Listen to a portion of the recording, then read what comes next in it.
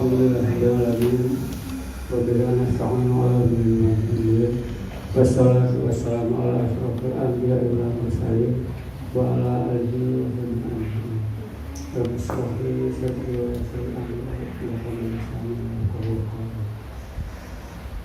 Maka subuhan lawan sadaya.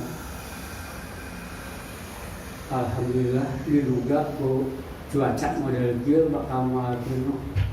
Tapi alhamdulillah keren ngarencanakeun kuring pada salik dihandap bae mangga asa tebih pisan ngajuas dieu sareng jamaah payung teh. Kan mana deui manawi kanggo ngalira hapunten ka insu-insu diuun ieu kasadayana untuk arapa jadi teh itu mana itu saha hapunten kalau tependak negara di mana tahu hapunten kan kasadayana itu diuun yang antara sudah teh itu yang itu seueur dimulai kayak menurut dihandapkan ambil hakun catat langsung kaduana deui anu didugikeun ku manggil mudah biasa anu materi anu rutin tafsir ke mana-mana kebiasaan aja pelajaran ibtidaiyah baik margi kadang-kadang ibtidaiyah oge anu kara sering kealaman di Tanjung sok seueur bae masalah utamanya masalah salat terus cenah aya tata salat asar atau aya bari salat deui ngelakkeun mayit itu kunaon kata pasar maka aya salat sunah nah itu kan perlu jawaban-jawaban anu tepat dan hal-hal seperti itu urang di perjalanan naik kendaraan umum berangkat saantosna subuh sareng sake acana subuh sok dipermasalahkeun mung eta sadaya anu dipermasalahkeun teh eta naon ibadah anu wermahdoh anu mahdohna salaresna kasbaten da teu aya nu berpendapat sadinten salat genep kali atawa nepi 4 kali sadayana 5. Mau itu apunten sumber mah kada pendapat yang sumber ilmu itu untuk orang-orang tertentu bukan hanya Quran dan hadis tapi juga bantuan fatwa ulama kanggo modal simkuring teu garuga maca tafsir teu garuga maca terjemah Al-Qur'an sareng sagala rupi mempercayai cekap ku Mang Udin diterangkeun da margi insyaallah sadayana yakin Mang Udin menguasai mawi kitu fatwa ulama dianggap sebagai sumber ilmu.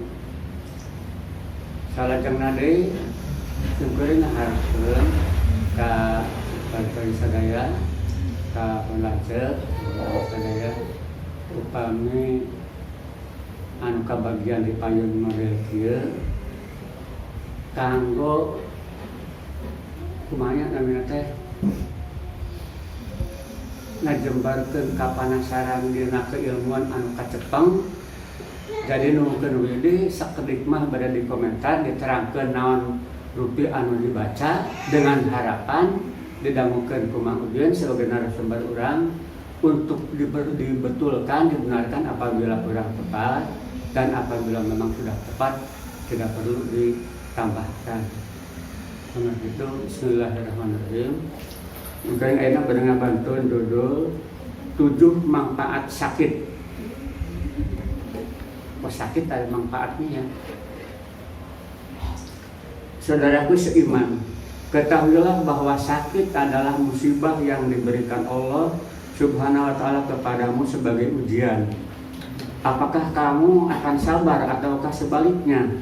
Kamu juga boleh mengatakan bahwa sakit adalah ujian dari Allah untuk menguji sadar keimananmu. Apakah kamu akan menerima takdir Allah dengan rela? Sehingga Allah Subhanahu wa ta'ala ridho dan memberikan keberuntungan yang besar dan pahala yang banyak kepadamu. Atau sebaliknya, yaitu menjadi orang yang tidak mau menerima takdir.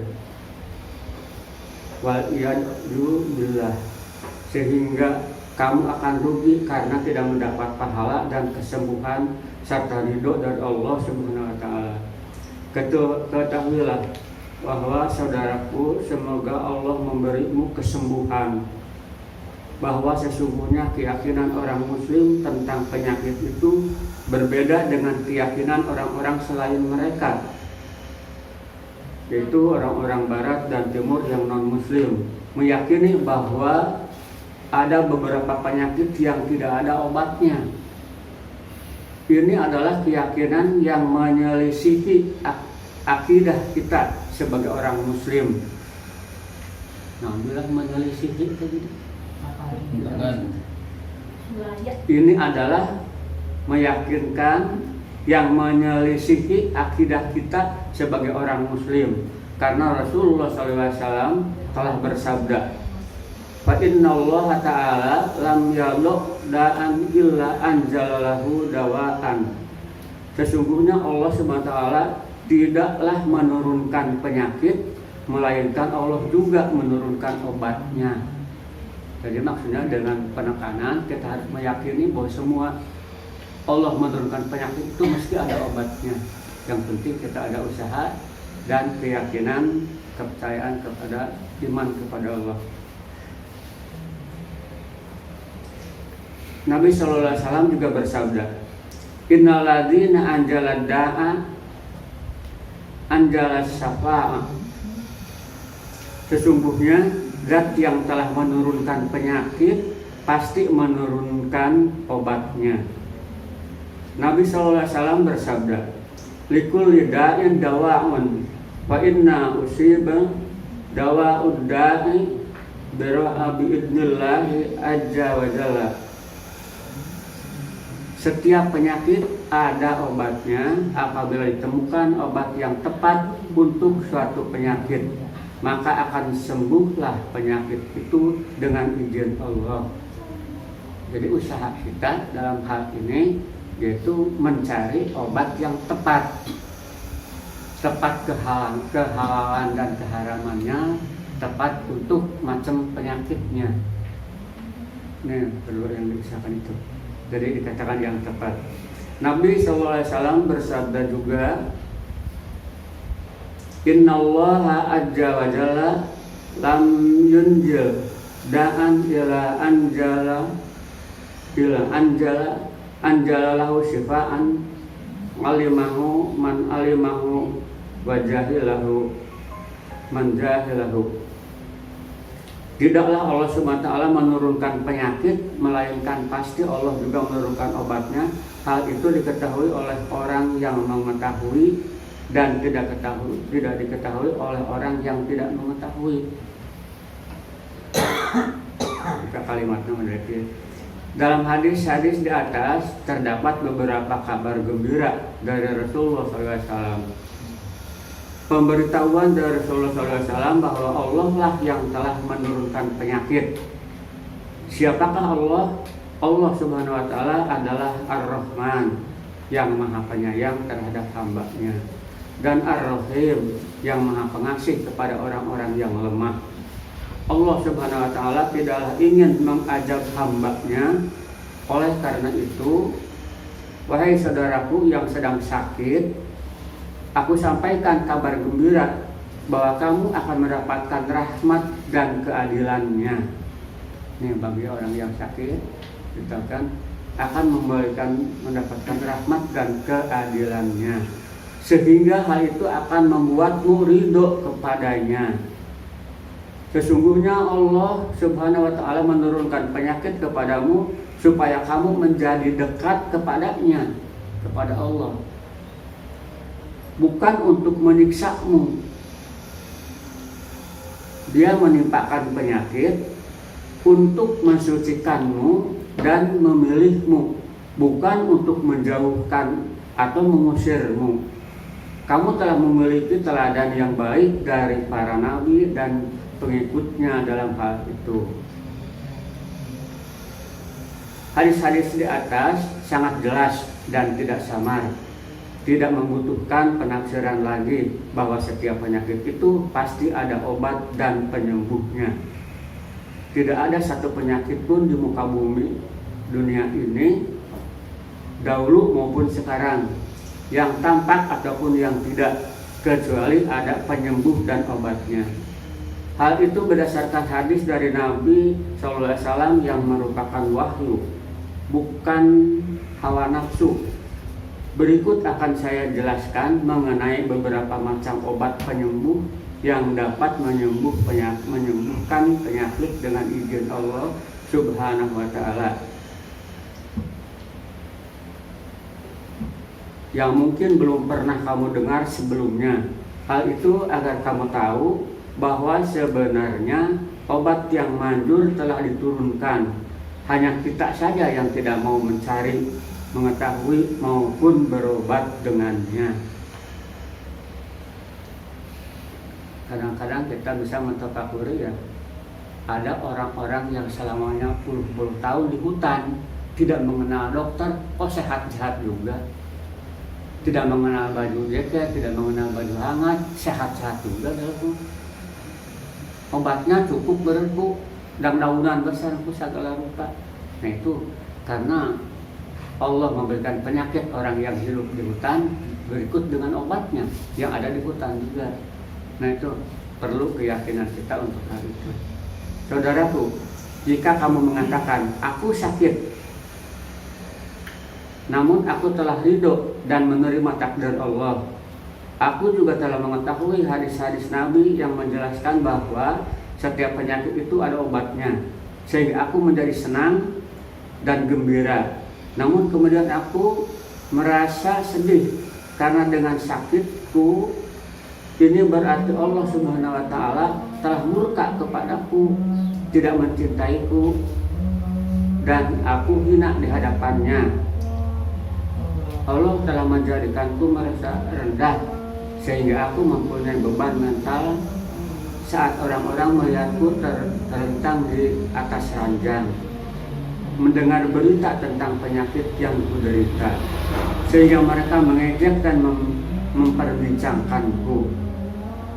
Maka aku katakan kepadamu bahwa setan sedang mempermainkanmu. Bahwa setan sedang mempermainkanmu kalau kita mempunyai anggapan seperti tadi. Dia ingin menimbulkan permusuhan antara kamu dan Rabbmu. Dia telah membutakanmu dari kebenaran yang akan aku jelaskan kepadamu. Apa itu? Maka aku katakan kepadamu bahwa setan sedang mempermainkanmu. Kami lalu pendapat kami memikirkan berita tadi. Dia ingin menimbulkan permusuhan antara kamu dan Rabbmu, dengan Tuhanmu, Rabbmu. Dia telah membutakanmu dari kebenaran yang aku jelaskan kepadamu. Wahai saudaraku, aku sampaikan kepadamu hadis yang diriwayatkan Rasulullah SAW dari Rabbnya. Innallaha azza wa jalla yaqulu yaumal qiyamati yabna adam maridtu falam yamudni qala ya rabbi kaifa a'uduka wa anta rabbul alamin qala amma alimta an abdi fulanan maridun walam ta'uduhu amma alimta anta la uddahu lau jaddani indahu. Sesungguhnya Allah Subhanahu wa Ta'ala berfirman pada hari kiamat, wahai manusia, aku telah sakit, namun kamu tidak menjengukku. Dia menjawab kepada manusia, orang yang benar. Ya Allah, bagaimana aku menjengukmu? Padahal engkau adalah penguasa alam semesta. Allah menjawab, bukankah kamu tahu bahwa hambaku si fulan sakit, tapi kamu tidak menjenguknya. Bukankah kamu tahu bahwa jika kamu menjenguknya, niscaya kamu akan mendapatiku di sisinya. Jadi Allah selalu menyertai di sisi orang sakit. Makanya kalau kita mementingkan menjenguk orang sakit, kita akan berdoalah kesempatan pada waktu itu. Subhanallah, sungguh indah karunia Allah Subhanahu wa taala ini. Perhatikan kalimat mulia, aku telah sakit namun kamu tidak menjengukku. Ini firman Allah. Dan renungkanlah, sungguh Allah Subhanahu wa taala telah memuliakanmu. Memuliakan siapa kira-kira? Ini mungkin memuliakan manusia, terutama yang lagi sakit. Dia menjadikan keadaan sakitmu seolah-olah Allah juga ikut sakit. Hambanya yang sedang sakit seolah-olah Khaliknya, penciptanya ikut sakit. Ia merupakan suatu pemuliaan dan pertolongan Allah kepadamu. Perhatikan juga firman Allah Subhanahu wa taala, jika kamu menjenguknya, niscaya kamu akan mendapatiku di sisinya. Kamu akan mendapati bahwa Allah Subhanahu wa taala mengangkat derajatmu saat sakit. Dia memberitahu orang yang menjengukmu bahwa dia akan mendapati Allah Subhanahu wa taala yang Maha Agung dan tinggi di sisimu. Kemuliaan dan keutamaan itu hanya kamu dapatkan saat kamu dalam keadaan sakit. Jadi, siapa yang ingin mengunjungi Allah Subhanahu wa taala di dunia, hendaklah dia segera mengunjungi orang yang sakit. Saudaraku, berikut aku sampaikan beberapa manfaat sakit yang tidak kamu ketahui. Jadi ada manfaat sakit tentunya. Sepanjang ini yang namanya sakit adalah musibah. Kita pasti tahu ada apa di balik sakit itu, di balik musibah itu. Yang ke satu, sakit adalah pintu yang agung untuk mensucikan diri dari berbagai dosa. Dari Abu Umamah radhiyallahu dan dari Nabi sallallahu alaihi wasallam bersabda, "Ma min abdi yusra'u sur'atan min maradin illa ba'athahu Allahu minha tahiran." Tidak ada seorang hamba yang ditimpa ujian suatu penyakit epilepsi kecuali Allah Subhanahu wa taala akan menyembuhkannya dalam keadaan bersih dari dosa. Penyakit epilepsi tidak ada seorang hamba pun yang ditimpa ujian suatu penyakit epilepsi kecuali Allah Subhanahu wa taala akan menyembuhkannya dalam keadaan bersih dari dosa. Epilepsi itu yang sakala rasanya dosa. Penyakit sekolah di luar kesadaran. Jadi jelas yang akan menyembuhkannya adalah Allah dalam keadaan manusianya karena bersih dari dosa. Dan selama epilepsi mau berbuat dosa karena dia sadar, maka jangan ada penjelasan. Nabi sallallahu alaihi wasallam juga bersabda, "Ma min muslimin yusibuhu adan maradun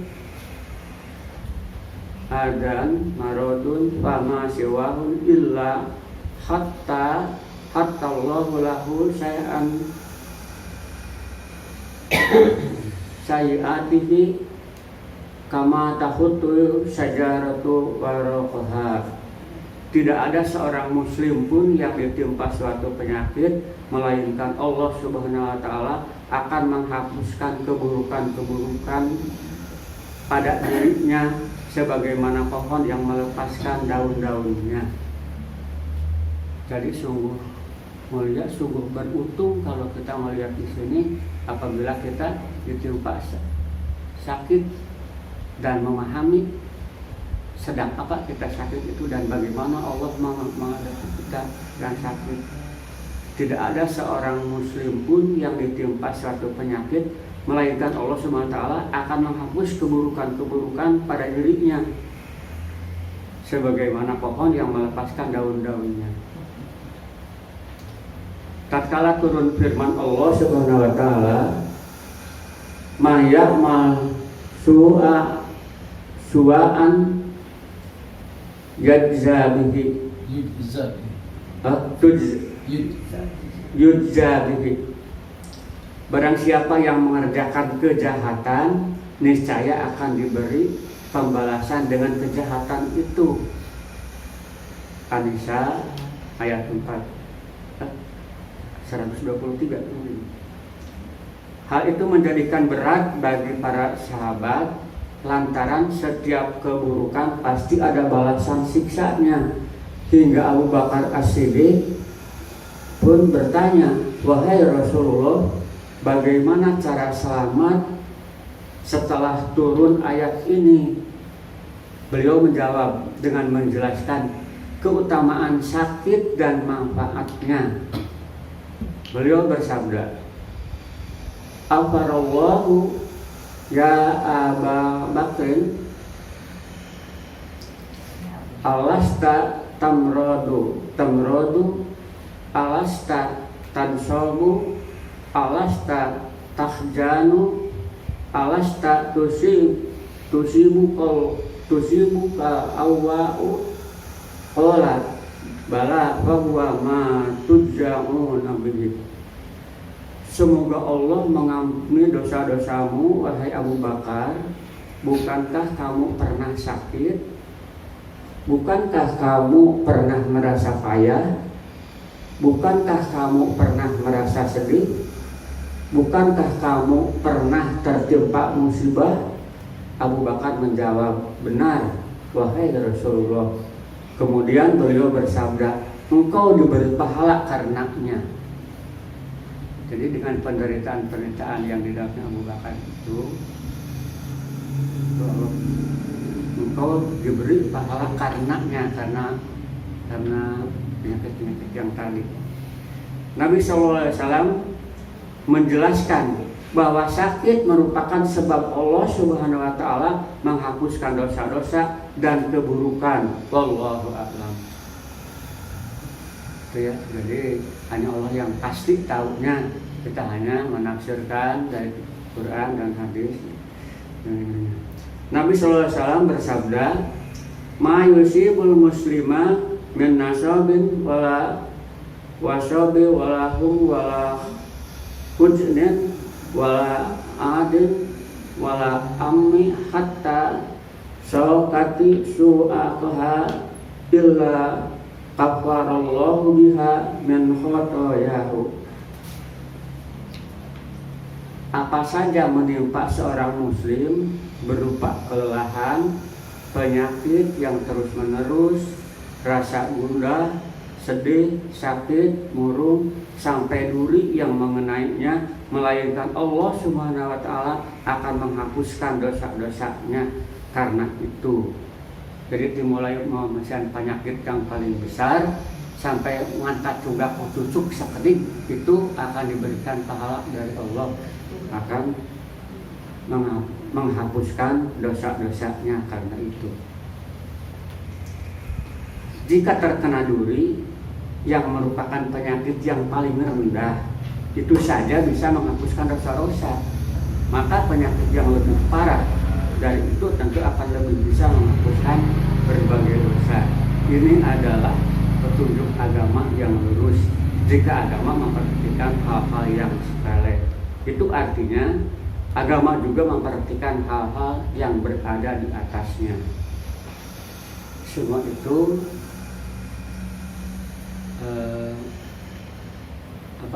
semua itu tergantung kepada keimanannya seseorang. Innalladzina amanu bil ghaibi, sesungguhnya orang yang beragama, yang beriman itu bil ghaibi, mengimani kepada yang gaib. yang gaib, yang dianggap oleh yang tidak tahu, yang tidak nyata dengan panca indera. Wa yuqimuna sholata, dan menegakkan sholat. Berbeda dengan melalui sholat, menegakkan sholat dari wudunya yang baik, dari airnya dengan air yang pilihan, dengan kehusuannya, dengan ketertiban pelaksanaannya. Wa mimma razaqnahum yunfiqun, dan memberikan sebagian razaqnahum rezeki dari kamu sekalian yunfiqun kepada orang-orang yang berhaknya. Itu syarat orang yang beriman. Jadi hal ini pun kalau memang betul-betul kita iman, percaya kepada hal yang tadi, ya ada manfaatnya. Sakit itu mudah-mudahan kita tergolong kepada hal itu. 2. Pahala ibadah yang sakit itu sama seperti pahala ibadah yang sehat. Pahala ibadah yang sakit itu sama seperti pahala ibadah yang sehat. Karena seorang upama menuju sakit, upama menuju penyakit, sholat bari calik bae. Aing ngaden, kadang ngaden, sujud teu tiasa gek di kana pasti deui. Kadang-kadang teu tiasa calik-calik acan. Tapi semua itu karena memang penyakit dan yang diberikan dari Allah. Maka di sini dinyatakan pahala ibadah orang yang sakit itu sama seperti pahala ibadah yang sehat. Jadi jangan kecil hati, hai orang-orang yang sakit. Allah itu Maha Murah, Maha Pengasih, Maha Penyayang. Dari Abu Musa radhiyallahu anhu, dari Nabi SAW, beliau bersabda, Idza maradal abdu aw syafara kataballahu lahu minal ajri misla ma kana sahihan muqiman. Jika seorang muslim itu sedang sakit atau dalam perjalanan, Allah Subhanahu wa taala akan menulis pahala baginya seperti saat dia sehat atau mukim. Jadi saat dia sehat dengan sakit sama pahalanya. Dalam perjalanan pahalanya disamakan dengan orang yang mukimin. Kita tahu bahwa orang yang dalam perjalanan kan diberikan kemudahan. Biasa di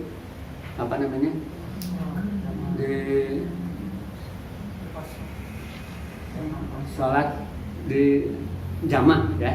Jamak qashar, jamak takhir, itu kan darurat. Dengan sebegitu dari 4 dari 22 dengan 4 jabat cepat-cepat. Tapi itu oleh Allah karena kemurahannya disamakan pahalanya. Asal kita mau melaksanakannya. 3. Sakit akan mengingatkan seseorang dari kelalaian. Di sini ada keterangannya. Sakit akan mengingatkan seseorang dari kelalaian. Kalau saya ambilkan contoh, sakit akibat kaset, keterut tangan. Astagfirullahaladzim, Tuhan melarang ketik. Akan mengingatkan seseorang dari kelalaian. Da atuh lawaran yang ngertan bawang kada kusik bari ngobrol parona ka mana-mana. Dengan pengalaman itu dia akan lebih hati-hati, tidak akan selalai seperti tadi. Jadi sakit akan mengingatkan seseorang dari kelalaian. Dengan pengalaman seperti tadi maksudnya. Keempat, jika seorang sakit berarti Allah masih sayang kepada orang tersebut. Saudaraku, sekarang aku tanyakan kepadamu, berapa banyak orang yang lalai saat dia sehat? Berapa banyak orang yang bermunajat kepadanya? Apa kamu ingat betapa sering keadaan sehat melupakanmu untuk tunduk, berdoa, serta mengharap pada Rabbmu Allah Subhanahu wa ta'ala? Betapa sering kesibukanmu dengan dunia melalaikanmu dari sholat yang khusyuk, terutama yang sering kita lupakan ya. Tas khusyuk mah datas diniatan khusyuk yang sering kita lupakan yang sedangkan itu wajib. Kalau membaca ayat, membaca surat mah itu sunnah ya. Coba ingat-ingat. Tapi ada satu hal yang wajib, yaitu tumaninah. Salat Allahu Akbar sujud ngangkat deui. Allahu Akbar ruku ngangkat deui. Gimana tumaninahna? Sedangkan tumaninah itu upami terlepas, kemudian punten tumaninah itu minimal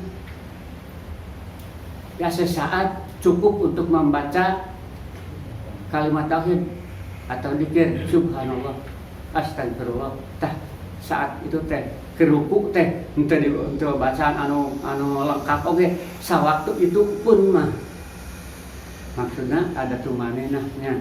Sebaiknya namanya subhana rabbiyal azim wa bihamdi subhan sampai 3 kali. Tapi sekarang karena rusuh atau orang lingan sholat ini juga potong udah cukup 4 lancar baru sholatnya. Lanjutkan. Saudaraku, sekarang aku tanyakan kepadamu berapa banyak orang yang saat yang udah itu ya.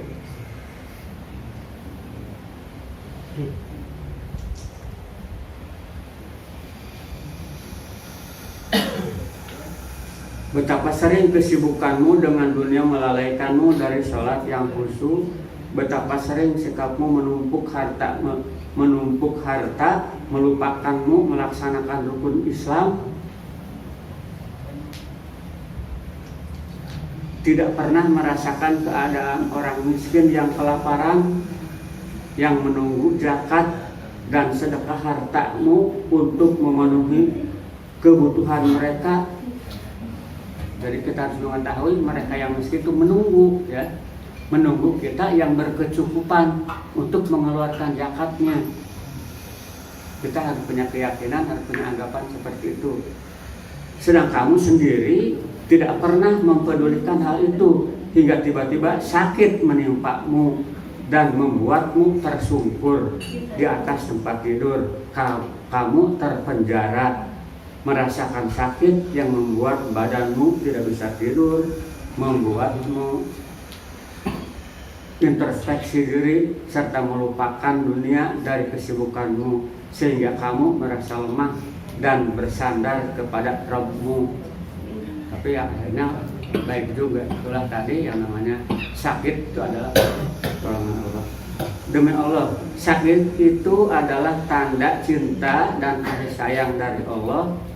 Bacalah sabda Nabi SAW yang berbunyi, "May yuridullahu bihi khairan yusibhu minhu."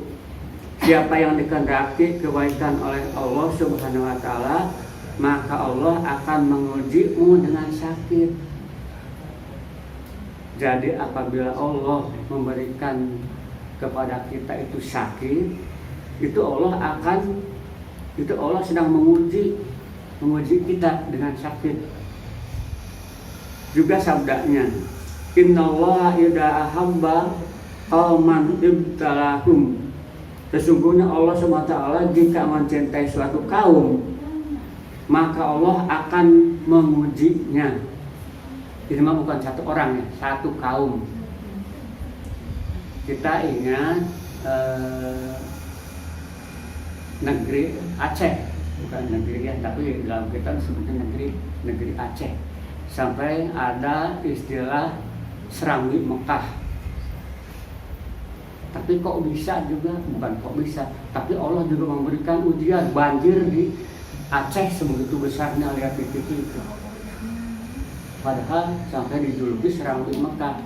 Kemudian mana gitu oke, orang-orangnya baik-baik. Itu jadi oleh karena itu kalimat tadi tepat dan lebih mengingatkan pada kita.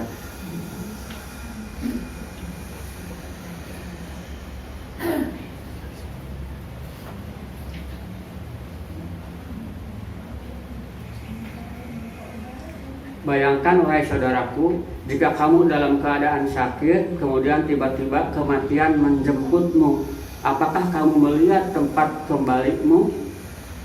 demi Allah, bagaimanakah nanti hisabmu? Bilang ada terang di akhirat seperti itu, apa kamu melihat tempat kembalimu itu? Sesungguhnya kisah-kisah orang yang bertaubat, terutama para aktor dan aktris, di sana terdapat pelajaran bagi kamu. Saat Allah Subhanahu wa Ta'ala menguji mereka dengan penyakit, mereka pun berhenti dari pekerjaan mereka. Mereka berlepas diri dari seni. Mereka cuci tangan dari popularitas. Mereka kembali kepada pemilik yang mencipta mereka, yaitu Allah Subhanahu wa Ta'ala. Mereka bertaubat dengan taubat nasuha yang merubah jalan hidup mereka dan menjadi sebab kebaikan mereka. Allah lah sebaik-baiknya kesudahan bagi mereka. Dicontohkan, jadi dianggap orang-orang yang kurang baik, para artis, tapi ketika ditimpakan sakit, penyakit kepada dirinya, karena ya Allah juga lah yang memberikan kesembuhan, kemudahan, dan sehingga sekurang lemah jadi eling atas orang yang dianggap oleh kita kurang baik itu. Tidakkah kamu mendengar si fulan dan si fulanah ketika mereka ditimpa penyakit, mereka menutup diri dari masyarakat, lalu kembali kepada Allah Subhanahu wa Ta'ala yang Maha Agung dan Maha Pengampun. Mereka meninggalkan gemerlapnya dunia dan harta. Mereka ridho dengan rezeki yang sedikit tapi halal.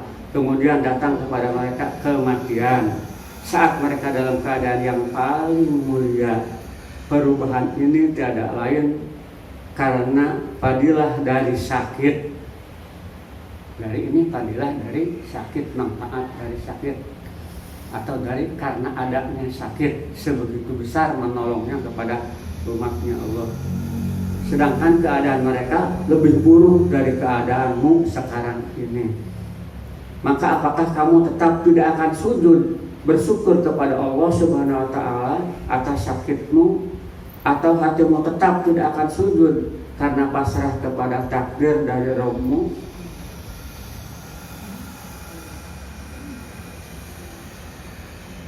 Sedikit lagi. 5. Sakit dapat mengingatkan nikmat sehat. Sakit dapat mengingatkan nikmat sehat. Memang benar bahwa sakit itu adalah rangkaian umur yang nantinya juga akan berlalu, sehingga akan tersisa bagimu sisa umurmu. Dan itulah yang selalu kamu minta. Mungkin saat kamu sehat, kamu tidak menggunakan waktu berhargamu untuk ketaatan kepada Allah. Namun apabila sakit datang sehingga menyulitkanmu untuk beramal soleh dan melakukan ketaatan, kamu baru menyesal.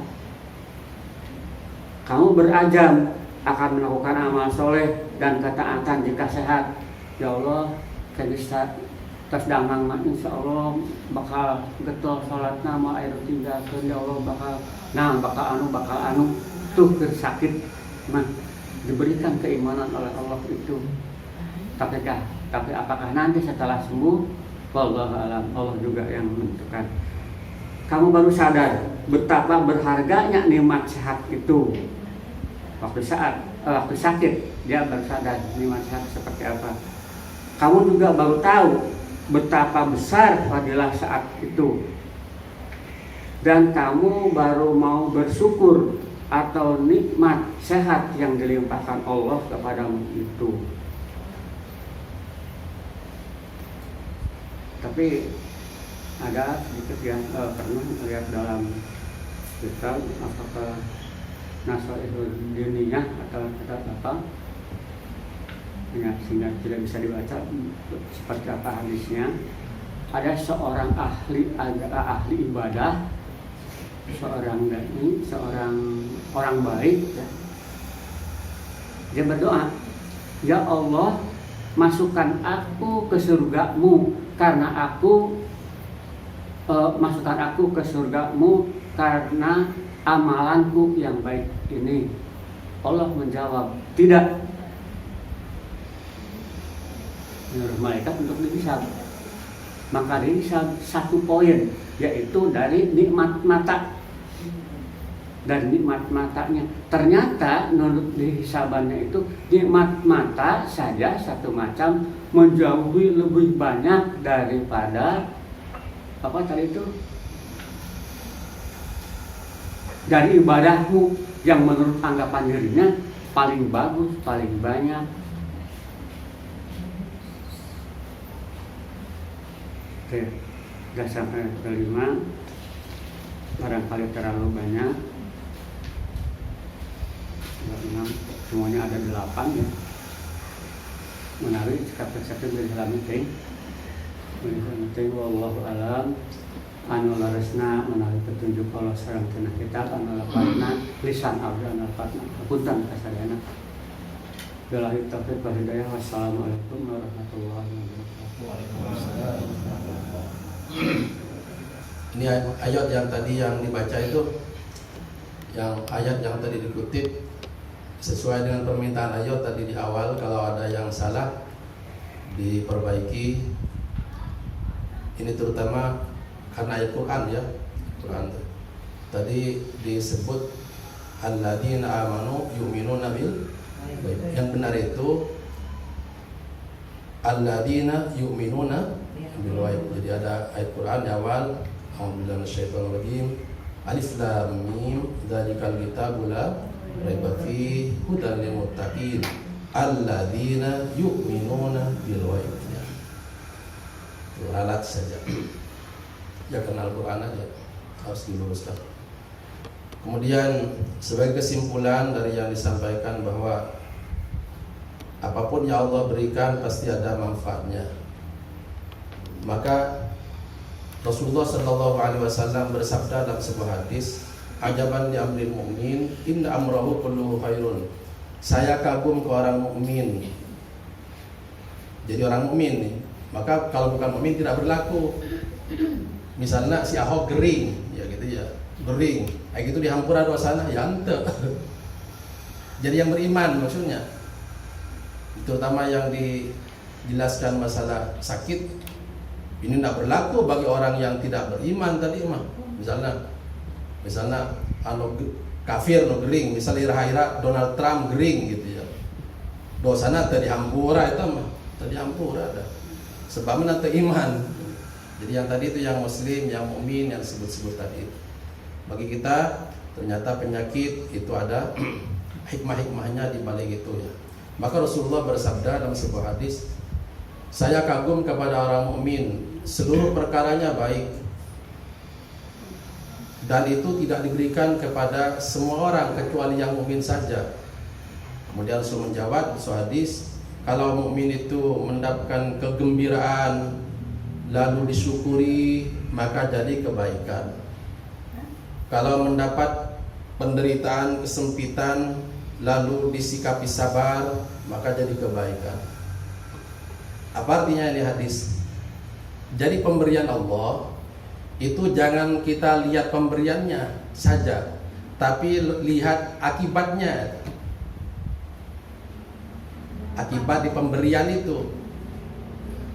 Jadi kalau kita kan biasanya melihat pemberian Allah saja. Kalau pemberian Allah Subhanahu wa taala masih belum tentu baik bagi seorang ya. Tergantung cara menyikapi.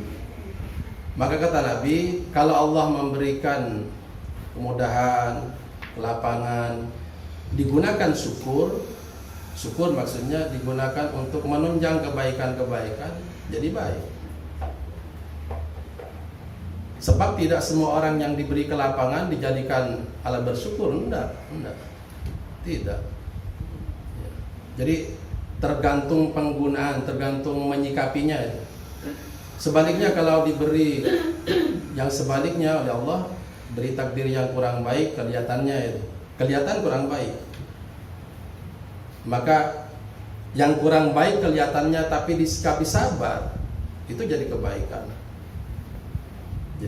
Maka kalau begitu jangan melihat pemberiannya saja, tapi lihat akibat dari pemberian Allah. Misalnya begini, ini kita pasti ketipu kalau tidak bisa menyikapi. Ada di keluarga punya anak 5,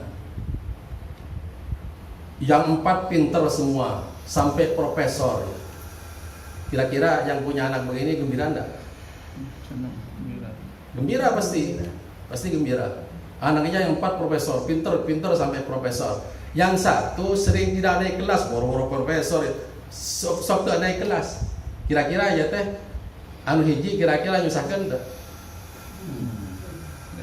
Ini kira-kira yang lebih baik yang mana? Coba lihat kelihatannya ya, yang mana yang lebih baik? Pasti yang keempat. Belum tentu padahal. Belum tentu yang 4 belum tentu nih nanti menjadi yang kita gembirakan, belum tentu menjadi kebaikan. Ternyata begini, orang yang punya anak 5 tadi pinter, yang 4 itu bangga, kemudian bangga. Tapi karena punya anak yang 1 yang tidak pinter itu, kebanggaannya bisa direm oleh anak yang 1, jadi tidak terlalu bangga. Berarti yang mengerem kebanggaan siapa? Yang bodoh tadi kan. Gini aja lah gampangnya. Kalau di mobil yang paling penting gas atau rem? Rem, coba.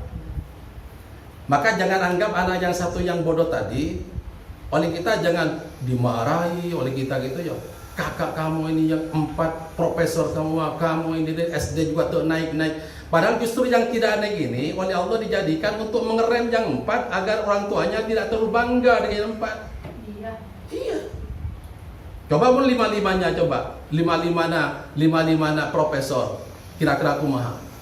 Daya reman kan pasti bangga dan luar biasa. Maka oleh Allah Subhanahu wa taala dikasih 1 misalnya atau sebagiannya yang tidak punya kenikmatan yang sama dengan yang 4 itu.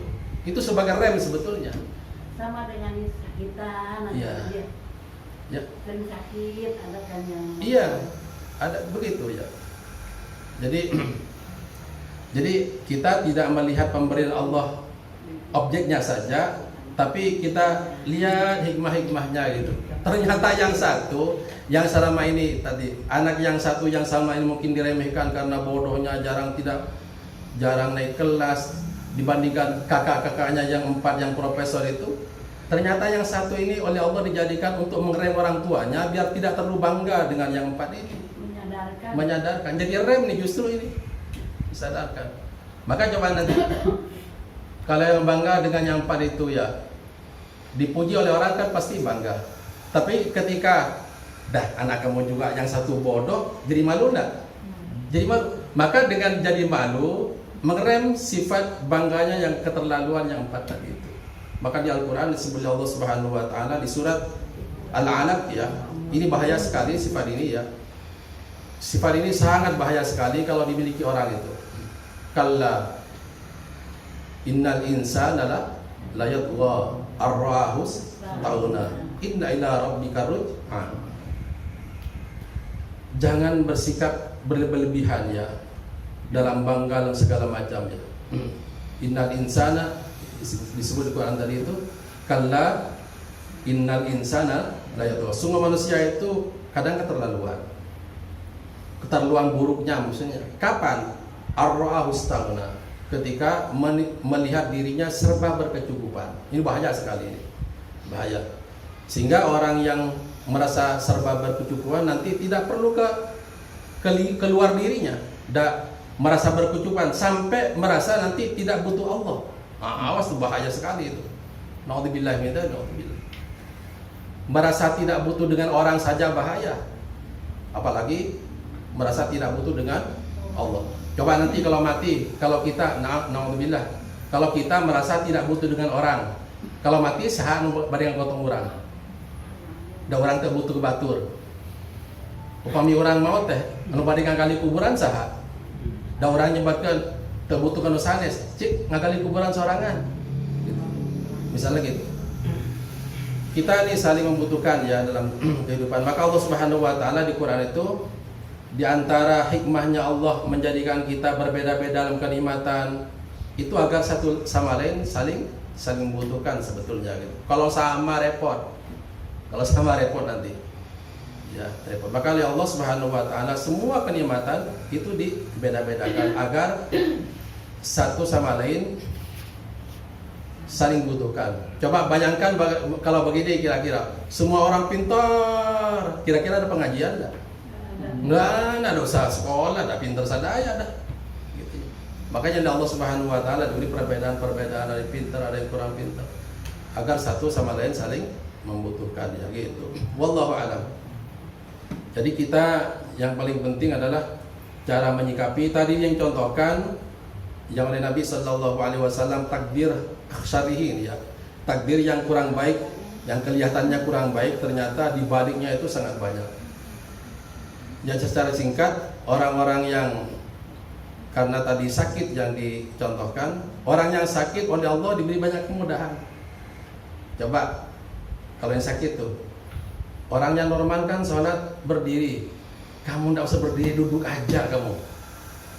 Maaf ya, mungkin ini contoh tapi asa hore tapi entenya, tapi nyaan gitu ya.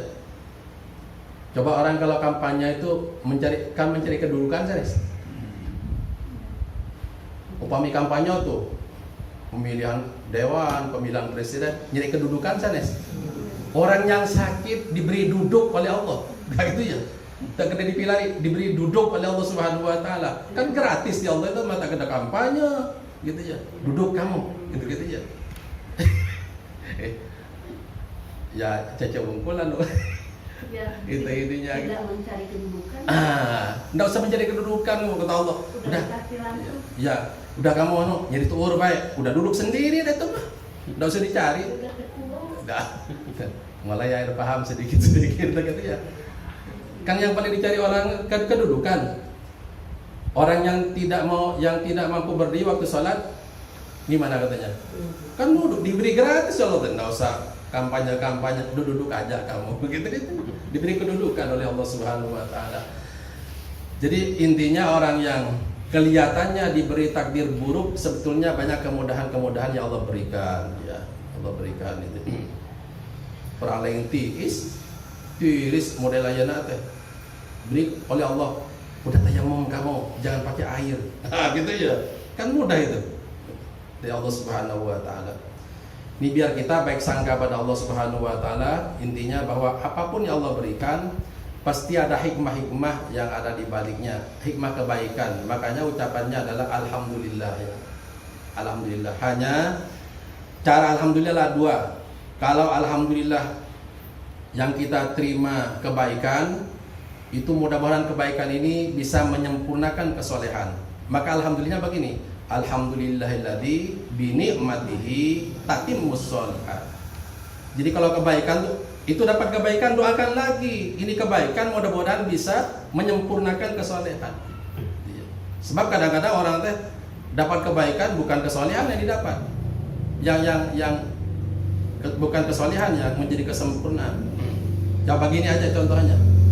Masjid Agung Al-Imam misalnya dengan alun-alun, Masjid Agung Al-Imam dengan alun-alun kan berdampingan. Kita bertanya, itu orang melangkah banyak yang ke Al-Imam atau banyak ke alun-alun? Presentasinya itu kebanyakan ini kan tempat aja, tempat kita melihat banyak ya, penilaian kita banyaknya orang misalnya. Alun-alun dengan Al-Imam itu kan beda. Ini alun-alun untuk main, itu kan jelas. Terus masjid untuk beribadah pasti. Itu orang lebih banyak kemana sampainya itu? Sampai banyak ke alun-alun, banyak ke masjid. Coba kita lihat. Ya. Jadi belum tentu orang yang diberi kemampuan itu kemudian menunjang kebaikan. Makanya alhamdulillahnya itu kalau dapat yang baik, mudah-mudahan kebaikan ini bisa menyempurnakan kesolehan. Alhamdulillahilladzi bi ni'matihi tatimmus sholihat. Tapi kalau mendapat yang kita tidak inginkan, yang Allah beri, yang kita buruk, penyakit tadi, alhamdulillah juga. Hanya sambungan alhamdulillah ini ala kulli halin. Yang kita alhamdulillah itu dari Allah kalau yang kurang baik karena pengaturan Allahnya ala kulli halin. Alhamdulillah pasti dari Allah sangat terpuji baik. yang mengatur semua keadaan ala kulli halin. Gitu. Jadi kita bukan gembira dengan sakitnya, tapi gembira dengan pengaturan Allah Subhanahu wa taala. Allah ngatur gitu. Makanya kalau dicontohkan sebagai contoh penutup, orang yang sakit gigi belum tentu lebih baik daripada orang yang sehat mulutnya. Belum tentu. Kita lihat efeknya. Kalau yang sehat mulutnya, efeknya sering membicarakan orang. Ya. Kalau orang yang tadi sakit gigi unggal usik nyebatkan, ya Allah, ya Allah, ya Allah, bagus mana kira-kira? Kita lihat efeknya ya. Nah, yang mulutnya sehat, wah unggal usik nyaritakan batur, efeknya itu misalnya, efeknya dari sehatnya mulut. Tapi orang yang sariawan, yang sakit gigi itu ya, unggal usik, ya Allah, ya terus tilu dinten cekat cekober, ya Allah, ya Allah. Kira-kira bagus mana itu? Kalau lihat efeknya, bagus yang sakit, bagus yang. Tapi kita bukan gembira pada penyakitnya, tapi Allah, kita gembira pada pengaturan Allahnya begini. Kita diatur begitu oleh Allah Subhanahu wa taala. Makanya semoga apapun yang Allah berikan, mudah-mudahan jadi berefek kebaikan bagi kita ya, mudah-mudahan. Hanya efeknya dua saja. Kalau kebaikan, mudah-mudahan jadi penunjang ibadah pada Allah Subhanahu wa taala. Mudah-mudahan kalau yang tidak kita inginkan, yang buruk-buruk ketentuan Allah, takdir Allah, mudah-mudahan kita diberi kesabaran oleh Allah Subhanahu wa taala. Sabar artinya bertahan baik di saat kita menghadapi yang kita tidak diinginkan. Jadi ketika kita tidak inginkan, kita tetap baik, sabar namanya. Gitu ya. Mudah-mudahan Allah memberikan yang demikian. Itu sulit, yang kedua lebih sulit. Sebab kita lagi kondisi tidak ingin, harus berbuat baik. Gitu ya, gitu ya. Semoga Allah memberikan yang kedua. Allah ada doanya dari ulama, doa ini ya. Allah maj'alna sabura waj'alna syakura. Ya Allah, jadikan kami hamba yang sabar, jadikan kami hamba yang bersyukur. Waj'alna fi a'yunina shaghira, jadikan kami ya Allah di pandangan kami sebagai orang yang kecil ya, jadi nanti tidak takabur, tapi jangan sampai disepelekan oleh orang. Allah maj'alna sabura waj'alna syakura waj'alna fi a'yunina shaghira wa fi a'yunina kabira. Tapi tetap dalam pandangan manusia memandang kita sebagai orang besar. Manusia bukan harapan kita, manusia memandang besar, sehingga kita tidak disepelekan oleh orang. Allahumma ij'alna sabura waj'alna syakura waj'alna fi a'yunina shaghira wa fi a'yunina kabira. Semoga sekali lagi apapun yang Allah berikan bagi kita, mudah-mudahan jadi jalan kebaikan bagi kita dan mudah-mudahan mengantarkan ke kebahagiaan puncak di surga nanti. Amin ya rabbal alamin. Subhanallah bihamdika asyhadu an la ilaha illa anta astaghfiruka wa atubu ilaik. Alimna ma yanfa'una wanfa'na bima 'allamtana. Ihdinas siratal mustaqim. Subhanallah bihamdika asyhadu an la ilaha illa anta astaghfiruka wa atubu ilaik.